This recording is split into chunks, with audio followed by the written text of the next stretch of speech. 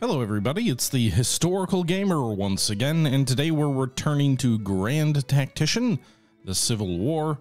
We're playing the Whiskey and Lemons DLC with the 1861 Eastern Theater campaign, playing at the regimental level. We're like 20 episodes in, so I'm not going to go through the whole spiel on where we're at right now, but we are currently a major general commanding a division. We are well regarded, we're very famous, although some of our sort of supporting skills like initiative and what are the other ones? I know we're really good at administration, so like quartermastering stuff, but our cunning, leadership, and initiative could all use a little bit of work. We are again commanding a division of about 10,000 soldiers. We've recently won a couple of battles, but the Union is, you know, things could be better. Richmond is in rebel hands. We have taken most of the valley. We've won a good chunk of battles, and rebel morale is low, with national morale down to 44, while federal national morale is 64. We have previously captured Richmond, but we lost it back. Meanwhile, the rebels captured DC, but we got it back. Apparently, Winfield Scott is still in command of the Union armies in June of 1863. Wasn't he dead by then? But we are commanding a division of, you know, troops who are fairly far south. It looks like most of West Virginia is in our hands. The Rappahannock line for the rebels is the current front line. But if you shift out west here toward, is this Culpeper Courthouse? Madison Courthouse. There have been a number of battles that have been fought out in this area against considerable rebel forces. We've got Porterfield's division about 12,000 men, Johnson's division about 7,000 men, Nichols' corps about 2,800 men. So all told, what is that, like 22,000 men in this area where there's this sort of U in the river. We have moved our division down here with the hope that we can change the situation out west, because once we take Madison Courthouse, which, well, I guess once we drive these rebels out in front of us, we could swing east. We could move on Orange Courthouse. We could move on Gordonsville, and we could approach Hanover Junction, perhaps flanking the rebel position up near Spotsylvania and Fredericksburg, allowing for further federal forces to move south. There are a number of federal forces out near Warrentown, Sperryville, but the main problem seems to be that the Union armies are very spread out, allowing us to win when the rebels don't concentrate, but allowing us to lose fairly regularly whenever they do concentrate, which has led to a bit of an ebb and flow in this campaign where we sort of surge south and take Stanton, and the rebels surge north. Or in this situation where we've got a division at Millsboro, a division up here near, is it Monterey? Up here, or a division at Huntinsville and Frenchtown and Beverly, and we never concentrate based on the way the AI is deploying its troops, whereas the rebels occasionally do in their counterattacks. And that's why we've taken Richmond and lost it. That's why there's 3 battles down here near Mechanicsville, 3 battles out here near Hanover Junction, because there's this constant ebb and flow, and a big hinge of the rebel defense of Richmond, which has allowed them to continually isolate troops down here in the Hanover Junction, Hanover Courthouse, and Richmond areas, is the fact that the left flank is often blocked. The rebels constantly have a presence between Orange and Port Republic, and as a result, any advance down here, if the rebels slide troops in near Spotsylvania, the supply situation gets very dicey indeed, with no real clear line of supply. Meanwhile, I think if we can drive the rebels from this sort of U-shaped position on the river, take Orange, take Gordonsville, maybe move down toward Charlottesville, we can secure the left flank on a major railway all the way back to up to DC, allowing the overland approach toward Richmond to not have to worry about its flank. That's my hope anyway. We, as you know, based on the numbers I just spewed out here, the Rebs outnumber us maybe about 2 to 1. We do have troops with repeating rifles, so that's nice.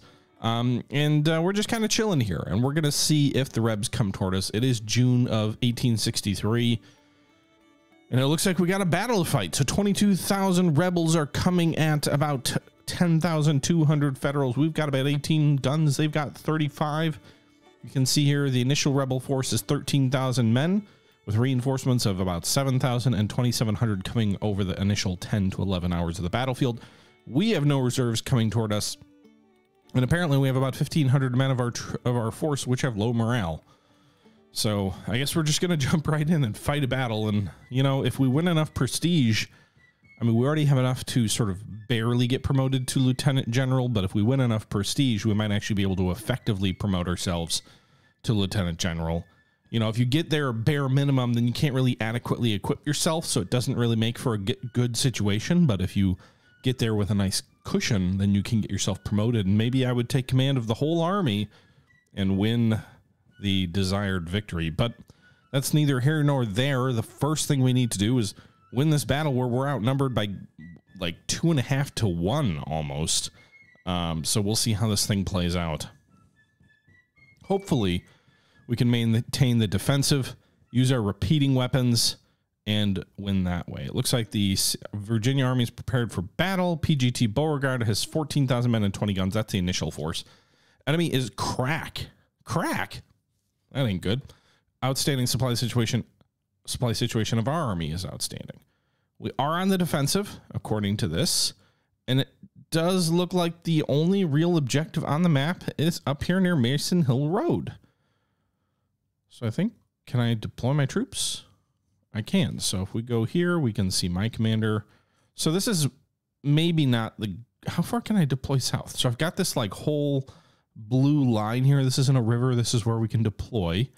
We do need to hold Mason Hill Road up here in the north.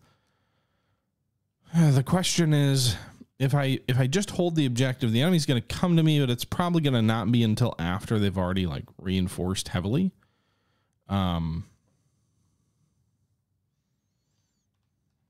But I don't really see like a great in this sort of this line here.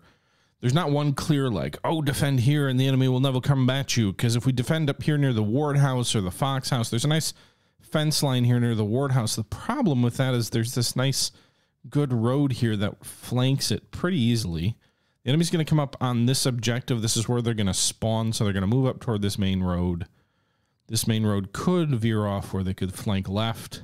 They probably won't be forming up near the Lee House. So they'll probably move up the Hoedown Road, I would assume. So we could deploy here near the Ward, or we could deploy in this wood line, but the objective is here, so they're going to be drawn to this. So it's kind of a question of where we think the best place to defend is. There's a nice long fence line here in Coopertown, but not really good terrain, and it looks easily flanked with an unfinished railroad cut over here to the left. So honestly, and there's not really much elevation that we're seeing here. We do have some engineer points.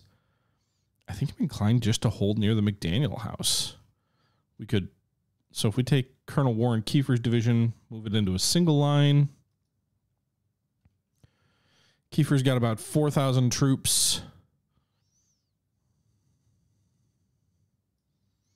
We can deploy his troops sort of on the flank of this road guarding south.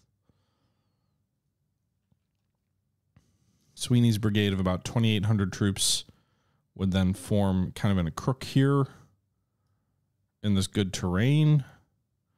The enemy wouldn't have too much good cover. They'd also have to cross a creek here to get at them.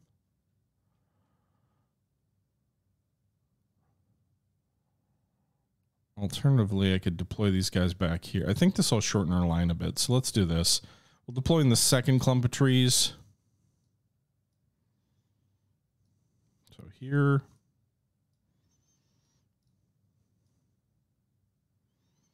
Second clump of trees here. And we've got Steinwehr's division of about 3,000 men, which will deploy sort of along the main roadway here, using a bit of this wood line here for cover, and then out into the open to the right here. The enemy could try and flank around to the right, but we've got another brigade. We've got a cavalry brigade here, which we will keep sort of on this marsh line. I'd be inclined to deploy the cavalry further south to bloody the nose of the Rebs as they come up. But what we saw in the last battle was deploying your cavalry in that way is just going to get them shot to pieces. You know, they're not going to withdraw easily. And so I'll just form them dismounted kind of here where they can kind of not really refuse. It's almost like angled in on the flank to prevent the enemy from easily getting around us unless they want to go through these swamps or swing way north. Or we could keep in reserve. But I think here is okay, sort of at the edge of that line. They've all got Spencer repeaters. Meanwhile, let's go ahead. We've got some nice woodline defenses. We don't have a lot of engineering points. So let's build some breastworks. Let's swing this map around.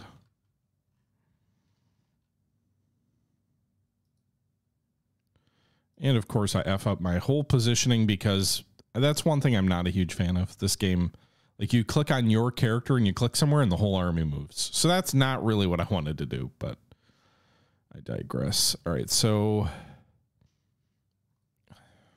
fucking A. I don't want to select that. All right. Kiefer, you're in a single line.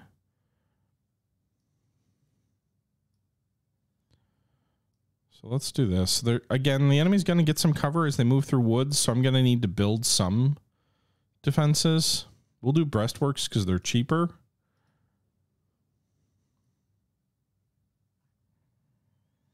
All right, we'll face them out this way.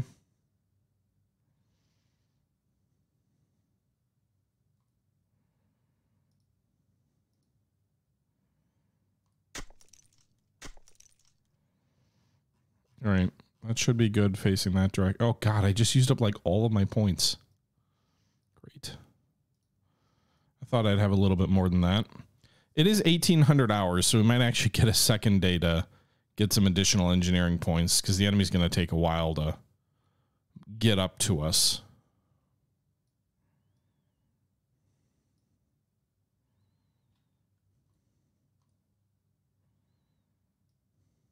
Because like von Steinwehr's troops could also use some cover. Suppose we can deploy them in the wood line here. We could just put Riley's boys. Oops. On this fence line here. I don't love this position, but I don't know. I don't think we're going to end up fighting a whole lot on day one.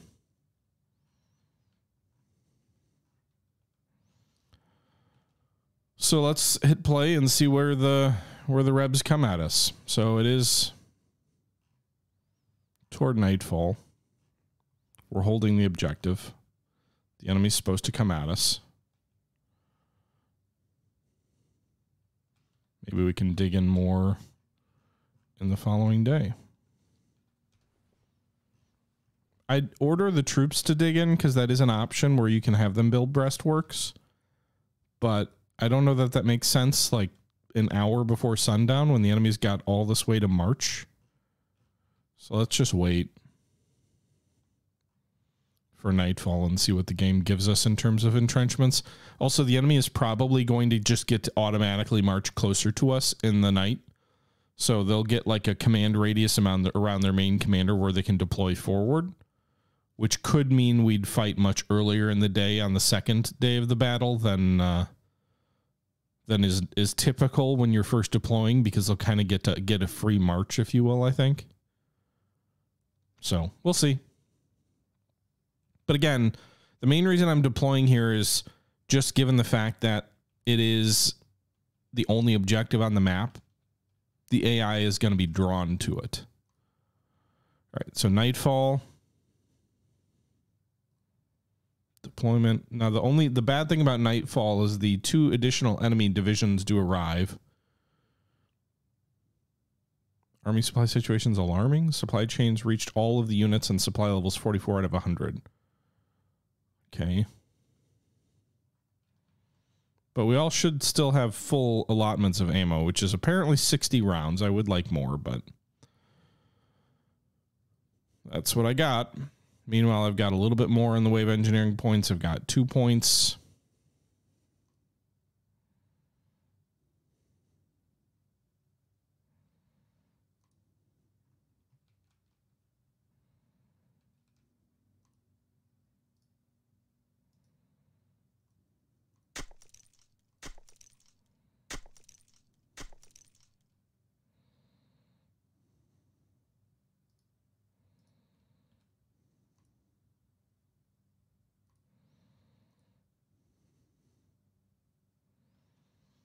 Okay.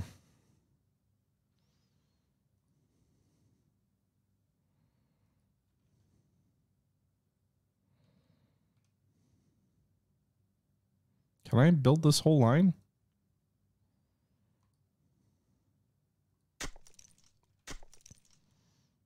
So does this mean this part of this line is still being built because it didn't fill out?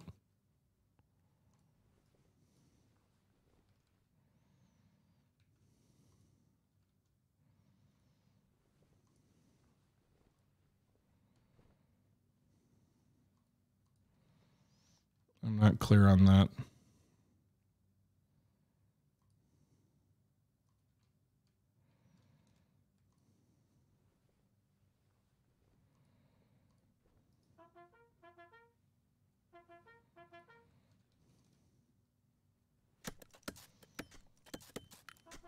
All right, I think that's what it means.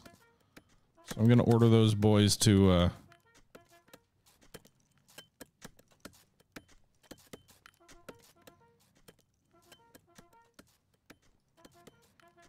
get working, I guess.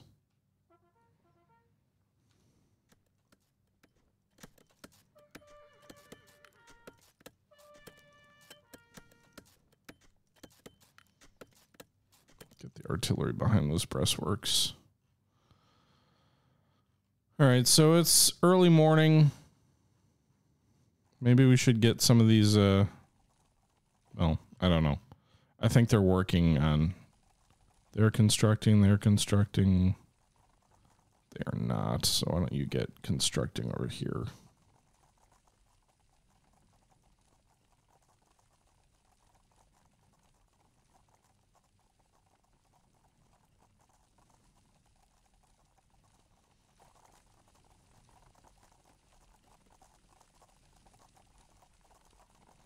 All right, so those units are all constructing as the sun comes up.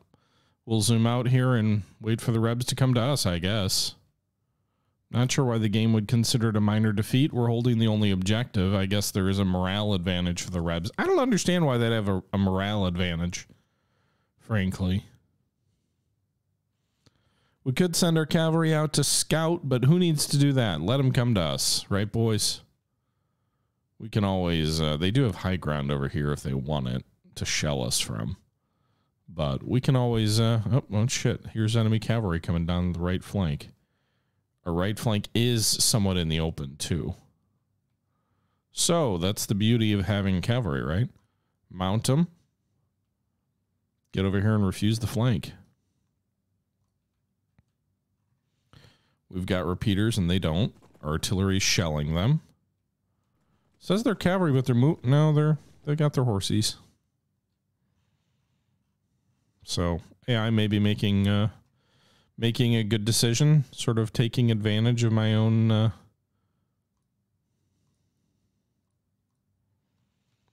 poor deployments, perhaps.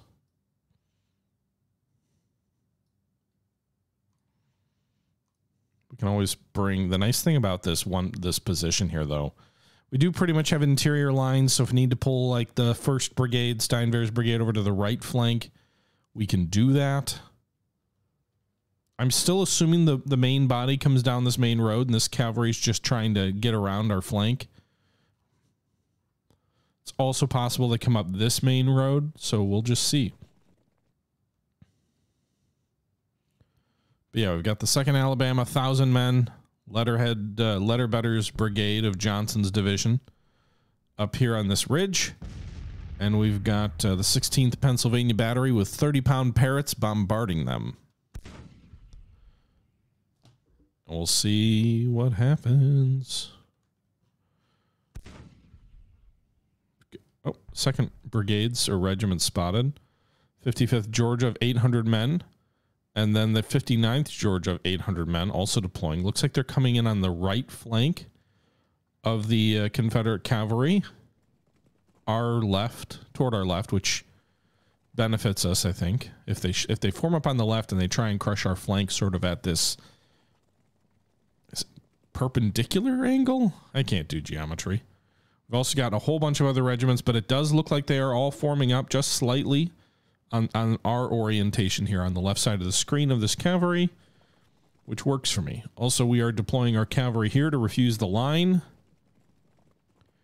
and extend our own flank a little bit. Actually, we'll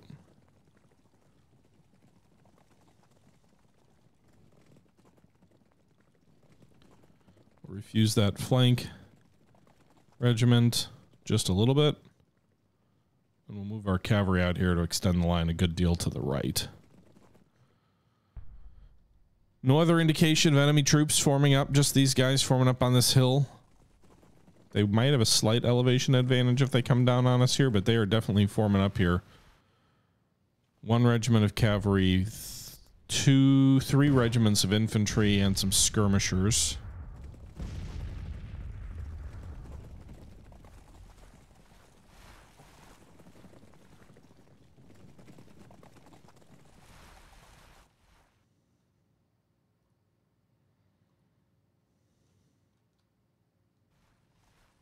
All right, we've got the 2nd Brigade formed up here.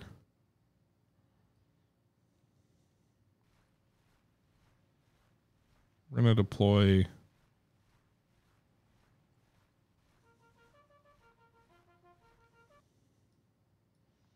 some skirmishers from both of these regiments on this flank.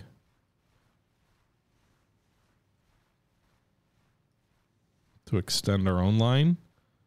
As I prepare to pull the first, at least some of the 1st Brigade back in as a reserve in case the enemy does launch an assault. We'll put 2 regiments here in this wood line over here where they will be closer to a potential enemy advance. Rebs are pushing forward 1 regiment here. 59th Georgia, 850 men. I understand probing, but it is a little just silly sometimes how the AI will occasionally throw troops away. All right. We're going to dismount our boys. And we have a regimental size engagement. The 70th Pennsylvania with 820 boys and Lorenz rifles is now engaged with the 59th Georgia that is moving forward. Also, the 14th Pennsylvania Cavalry with their Spencer rifles are also engaged. So we've got 2 regiments. We outnumber the enemy considerably between those 2 regiments by about 400 muskets as the enemy moves in on our position. This could be a feint. Again, it might make sense to throw troops away in a feint scenario, but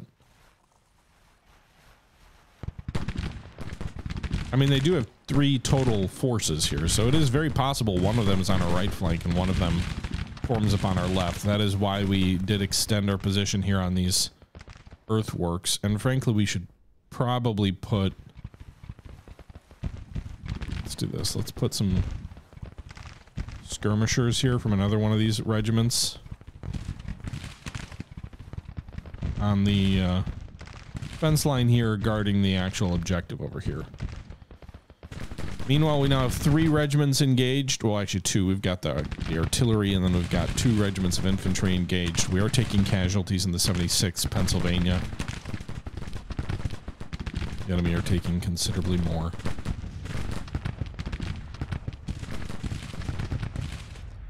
It looks like the rest of their force, or a considerable number of their force, are coming forward here.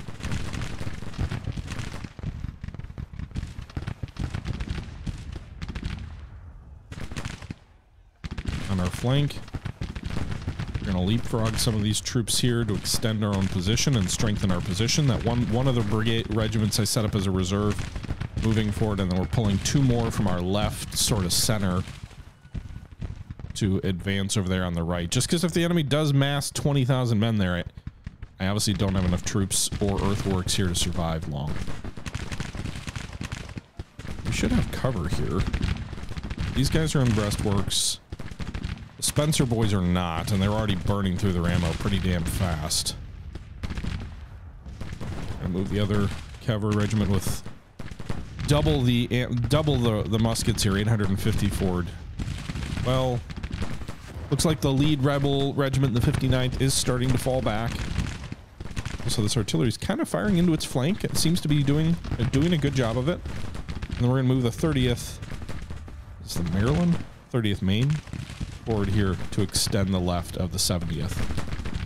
Does open up a slight gap in our lines. Might block the arty a little bit, but it also does put our troops kind of in the open for their fight, but they're not in the front line. They're not the main target of the enemy musketry, so giving the 70th Pennsylvania some more support, I think, is a good idea. 59th has lost over 200 men. No, no, no, no. Don't do that. No, please don't charge. Don't charge. Don't do that.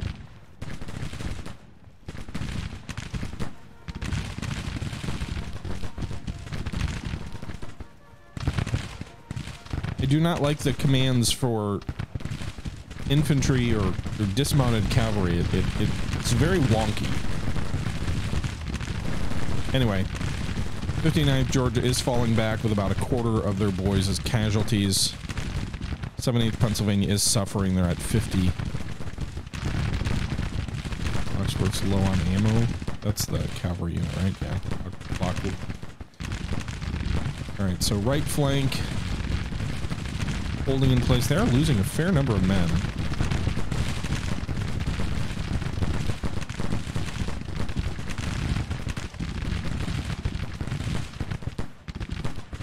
Six men. Got 2 more rebel regiments coming down this road here. We'll need to move the 68th Pennsylvania by over here into this earthwork to stop them. No indication of troops coming over on this flank. We're going to move further troops from our left to our right, because that seems to be where the bulk of the enemy force is building up. Remember, the enemy heavily outnumbers us, so while they are attacking somewhat in piecemeal, I mean, they have a, it seems like they've got a local superiority in manpower. 800 there, 800 there, 1,000 here, 1,000 here, so that's what, 2, 4, almost 4,000 troops here on this right flank attack. Meanwhile, we've got about 2,000 muskets. Maybe 3,000 muskets all told engaged here, and we're already burning through a considerable amount of our ammunition. Two of our units have lost better than 10% of their forces already. So we do need to keep all of that in mind. Our more slowly firing Lorenz musket boys are hanging in there. We do have some reserves coming up, but if this becomes a manpower game, it's not entirely in our favor. We are inflicting heavier casualties on the enemy. That's because 2 of the regiments involved, even though they're fighting in the open, they are using Spencer rifles, but that is, again, that's a temporary advantage here, as we know that the enemy does have, or not the enemy, but we have very limited ammunition stocks. We now have both of our Spencer rifle units are very low on ammo. That influences rate of fire. Now, I am assuming because you've got a 16 round magazine that even a reduced rate of fire for the Spencer is going to be better than the standard rate of fire for an infantry regiment, but I don't know if that's true. I'm not 100% sure on that. I don't know the under the hood mechanics of how the game treats that. I do know having low morale or low ammo is a morale killer as well. But it looks like we've now routed 2 enemy regiments here, so we are getting a hefty chunk of prestige for that. Why are these boys not firing? Got enemy artillery forming up here on the left. Some more enemy troops are coming up. No sign of enemy troops approaching the main objective. We're going to strip some arty here and put them on the flank. It's gonna take time to get those boys into position. I don't want to fully abandon my position over here. But we do kind of have a, not quite a horseshoe, but we've got a bit of a concave position here where we are pouring considerably more fire into the lead regiments of the enemy. And they are able to bring to bear. That's another enemy regiment routing there. So about 200 casualties on our end, approaching 700 for the enemy. 3 confirmed enemy regiments have routed. So we're doing well so far. Forces regiment has suffered pretty heavily casualties but they are hanging in there. Meanwhile, the 23rd Massachusetts under Thomas Davies has come in kind of on the flank of this rebel advance and is firing into the flank of both the 2nd Alabama and 7th Arkansas. Maybe we'll get another rout. Got at least one enemy regiment coming forward, possibly trying to hit the 30th Maine in the flank. 7 a.m. Bringing fresh troops up to 21st or 31st New York, advancing in front of Henry Lockwood's cavalry.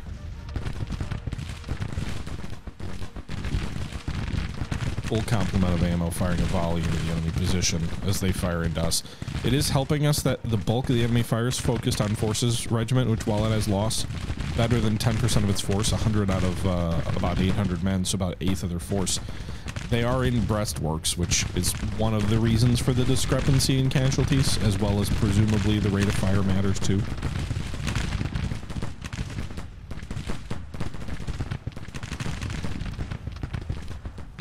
Artillery continues to fire. 30th Maine is going to need to shift their fire to the approaching 17th Tennessee, and actually, if they can, I'd like them to withdraw back behind those earthworks.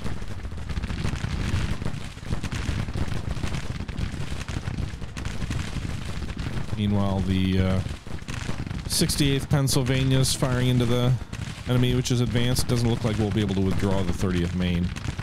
They're going to engage the 17th Tennessee in open ground. But at least they've got the 48th or 68th Pennsylvania in support. We're going to move the 17th Massachusetts up to try and hit this new enemy regiment in the flank. Still no sign of... Oh, shit. Enemy troops are over here. So, the enemy is launching a double envelopment with 2 regiments coming down the main road toward the objective. We do have some skirmishers in the way. That's not enough to stop the enemy, for sure. But we'll move what we can.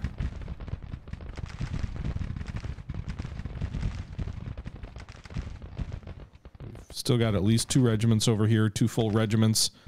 I don't know what the enemy's moving over here, but we've seen 3 regiments stacked up on our flank, 500 men. 600 men, 600 men, so that's at least 1,800 men as we deal with our right flank being a problem. I am going to throw these boys in the saddle, even though they're pretty much out of ammo, and see if I can get them back over to the objective.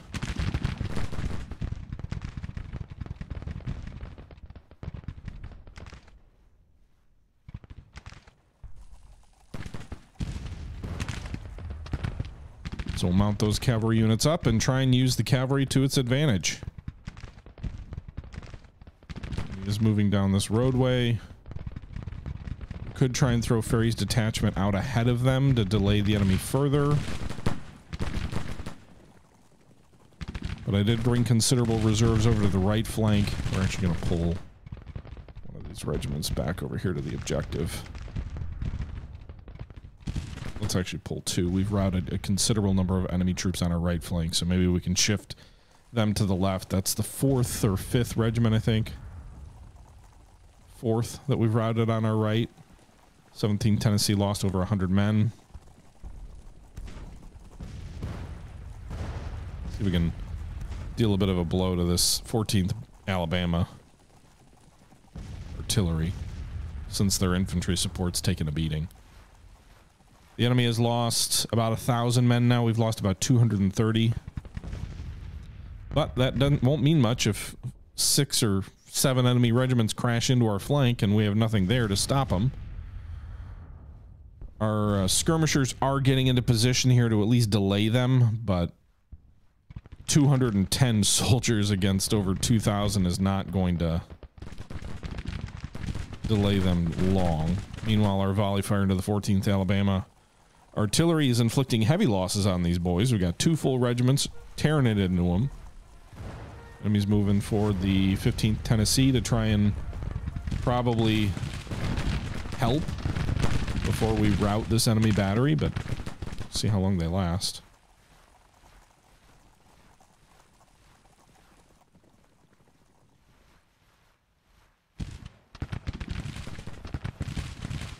Enemy artillery is routed. Pull the 70th Pennsylvania back here into this defensive position. We're going to refuse the 39th New York. We'll leave the 23rd Massachusetts in place. And our cavalry is coming up into position. Again, I don't know how effective they are going to be in blunting the enemy, but we can now see confirmed 2, 3, 4, 5, 6 full regiments and a skirmisher unit.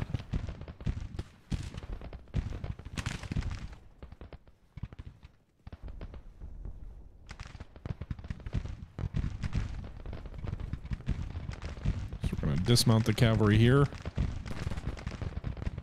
Throw them onto the earthworks or into the fence line. And pray that that's good enough. Just one lone enemy regiment attacking here on the left, or on the right at the moment. They're in the open. We're behind trenches. Not trenches, I keep saying trenches. Behind earthworks, or breastworks. We've also got the 17th Mass firing into their flanks, so that's good news there. They'll probably rout before too long. It's elemental, dear Watson. 1,100 enemy casualties now. See if the enemy comes up here.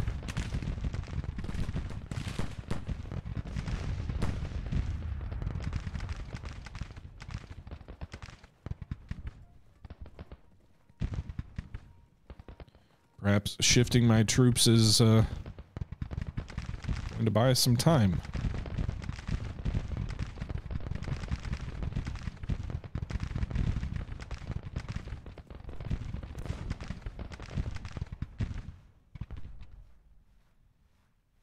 Right. Jackson's going to recall his skirmishers while he moves his regiment in on the cavalry's flank.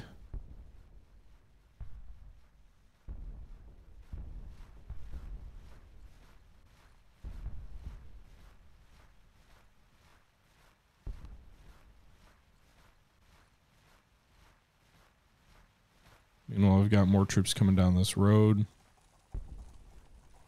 Getting low on ammo on this flank. We've been saying that for a little bit now, but looks like the 15th Tennessee was driven back. There are 2 batteries of artillery on the right flank now. It is 8 o'clock and we've already burned through the vast majority of our ammunition.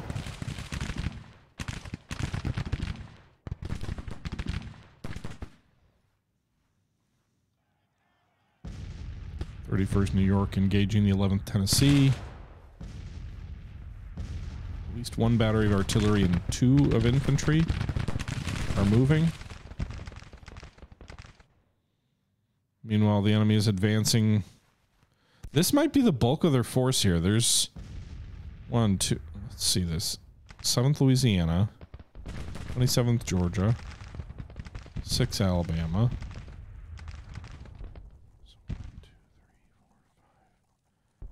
6, 7, 8. 8 regiments and at least 2 of cavalry, minimum.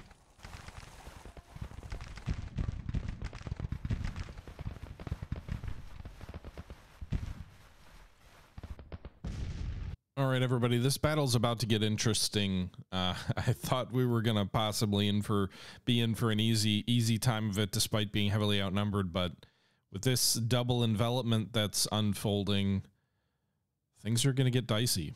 That being said, this was a longer video or a longer episode, so I'm going to actually cut it in half here, and we will continue this battle in our next episode. Until then, however, this is the Historical Gamer once again saying thank you very much for watching, and as always, until next time, I'm out.